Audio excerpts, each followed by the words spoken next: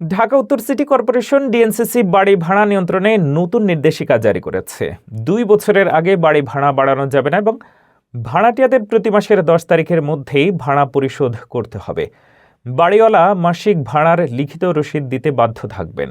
বাড়ি অবশ্যই বসবাসের উপযোগী রাখতে হবে এবং গ্যাস, বিদ্যুৎ, পানি সহ সকল ইউটিলিটি সুবিধা নিশ্চিত করতে হবে। অগ্নিকাণ্ড, ভূমিকম্প বা অন্যান্য দুর্যোগের সময় বাড়িওয়ালা নিরাপত্তার স্বার্থে ভাড়াটিয়াকে ছাদের এবং মূল গেটের চাবি দিতে পারবেন। বাড়ির ছাদ, বারান্দা ও সামনের খোলা অংশে সবুজায়ন করার সুযোগ থাকবে। বাড়িওয়ালা ও ভাড়াটিয়াদের মধ্যে দ্বিপাক্ষিক আলোচনার মাধ্যমে শৃঙ্খলা ও নিরাপত্তা বজায় রাখতে হবে। ভাড়ার বার্ষিক বৃদ্ধির বাড়ির বাজার মূল্যের ১৫% বেশি হবে না।